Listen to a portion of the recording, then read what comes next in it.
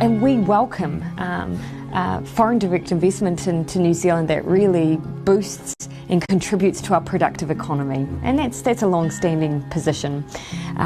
We have a very specific piece of legislation though that applies to our telecommunications sector. It's neutral in its application to vendor or country, but sets out a process separate of government to assess applications when there are substantial changes to the use of new technology. So for instance, 5G. Yeah. So in New Zealand there was an application made by a New Zealand-based company that involved Huawei. Separately of the government, our Security and Communications Bureau responded directly to the New Zealand-based vendor with security risks that they were seeking to have mitigated.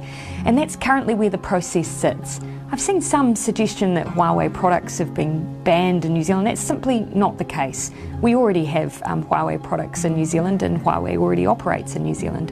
However, this was a specific new application, and as I say, we're midway through a process, and currently that process is directly between our regulator and with the New Zealand vendor.